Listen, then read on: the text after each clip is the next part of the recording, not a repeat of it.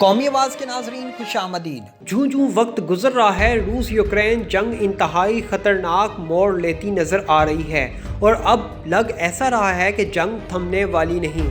یہ جنگ یورپ کی تباہی کا پیش خیمہ نظر آ رہی ہے، کیونکہ نہ تو روس کسی صورت پیچھے ہٹنے کے لیے تیار ہے اور دوسری طرف یورپ امریکہ اپنا رعب دبدبہ قائم رکھنے کے لیے پیچھے نہیں ہٹنا چاہ رہا۔ خیر دوستو، آج کی ویڈیو میں 3 بڑی خبریں آپ کے ساتھ شیئر کرنی ہیں۔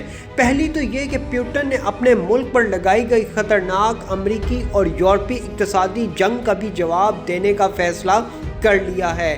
پیوٹن کیسے اب پورے یورپ کا حقہ پانی بند کرنے لگا ہے، پورا یورپ بالخصوص جرمنی انگلینڈ کیسے متاثر ہونے جا رہے ہیں، یہ آج کی ویڈیو میں تفصیل سے سمجھاؤں گا۔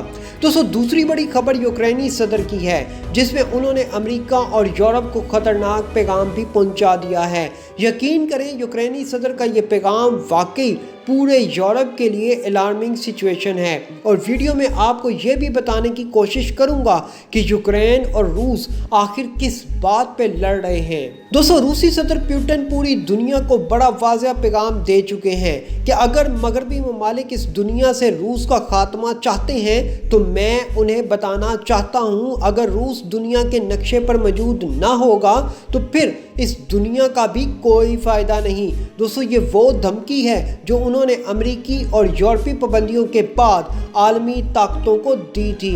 دوستو، امریکہ اور یورپی ممالک کی طرف سے روس پر لگائی گئی پابندیاں کسی بھی جنگ سے کم نہیں۔ میں انہیں اقتصادی پابندیاں نہیں بلکہ روس کے خلاف امریکہ اور یورپی ممالک کی اقتصادی جنگ کہتا ہوں، کیونکہ اس وقت روس پر ایران سے بھی زیادہ سخت پابندیاں عائد ہو چکی ہیں۔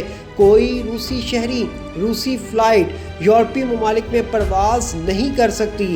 لین دین روس سے مکمل طور پر بند ہو چکا ہے۔ یوں کہہ لیں، روس پورے یورپ سے کٹ چکا ہے۔ دوستو، اب روس نے بھی امریکہ اور یورپی ممالک کو مزہ چکھانے کے لیے انتہائی خطرناک قدم اٹھانے کا فیصلہ کر لیا ہے۔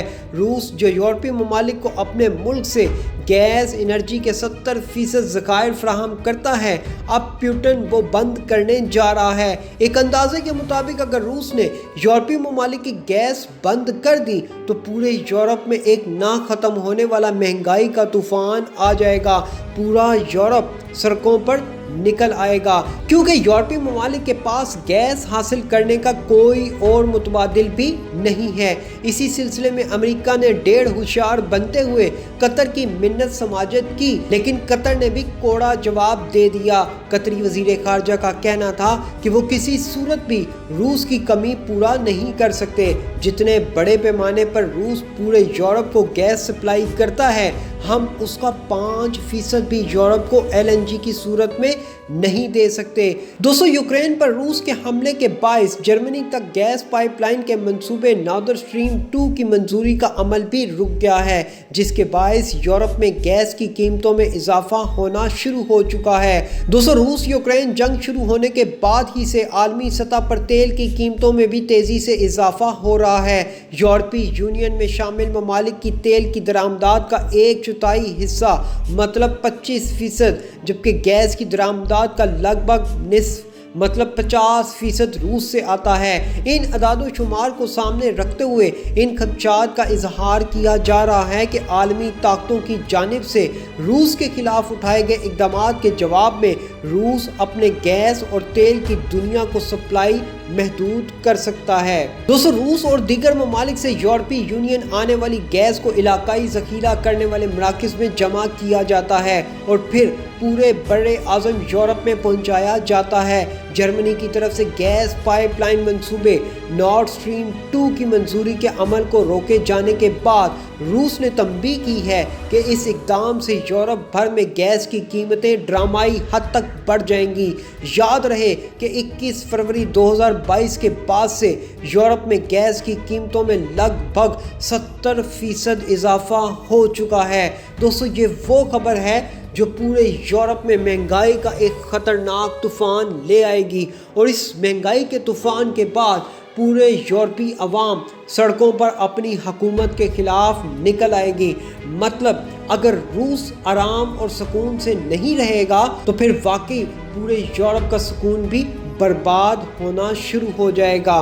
دوستو یہ کیا سرائیاں کی جا رہی ہیں کہ یورپی ممالک روس کی جانب سے یوکرین پر حملے کے رد عمل میں روس سے تیل کی درآمدات کم کر دیں گے، مگر ایسا کرنے سے تیل کی قیمتیں جو پہلے کی بلند سطح پر ہیں مزید تیزی سے بڑھیں گی۔ زیادہ مہنگا تیل ہونے کا مطلب ہے کہ پیٹرول کی قیمتوں میں اضافہ، اور پیٹرول کی قیمتوں میں اضافے کا مطلب پیداواری لاگت میں اضافہ ہوگا، جس کی وجہ سے بہت سی دوسری اشیاء کی قیمتیں بھی بڑھ جائیں گی، جس سے پورے یورپ میں مہنگائی کا طوفان آ جائے گا۔ دوستو دوسری جانب یوکرین کے صدر زیلنسکی نے مغربی ممالک سے فوجی امداد بڑھانے کا مطالبہ کرتے ہوئے خبردار کیا کہ اگر ایسا نہ کیا گیا تو روس بقیہ یورپ تک پیش قدمی کرے گا۔ انہوں نے پریس کانفرنس کرتے ہوئے کہا کہ اگر آپ کے پاس مطلب نیٹو اور یورپی ممالک کے پاس فضائی دفاع کی صلاحیت نہیں تو ہمیں ہتھیاریں دے دیں، اگر ہم نہ رہے تو یقین کریں کہ اس کے بعد لیٹویا، لیتھوانیا اور ایسٹونیا کی باری ہے۔ انہوں نے روس کے صدر پیوٹن سے براہ راست مذاکرات کی درخواست کرتے ہوئے کہا کہ اس جنگ کو روکنے کا یہ واحد طریقہ ہے۔ انہوں نے کہا کہ ہم روس پر حملہ نہیں کر رہے اور نہ ہی حملہ کرنے کا منصوبہ بنا رہے ہیں۔ آپ ہم سے کیا چاہتے ہیں؟ ہماری زمین چھوڑ دیں، لیکن شاید اب ایسا لگتا ہے کہ بہت دیر ہو چکی ہے۔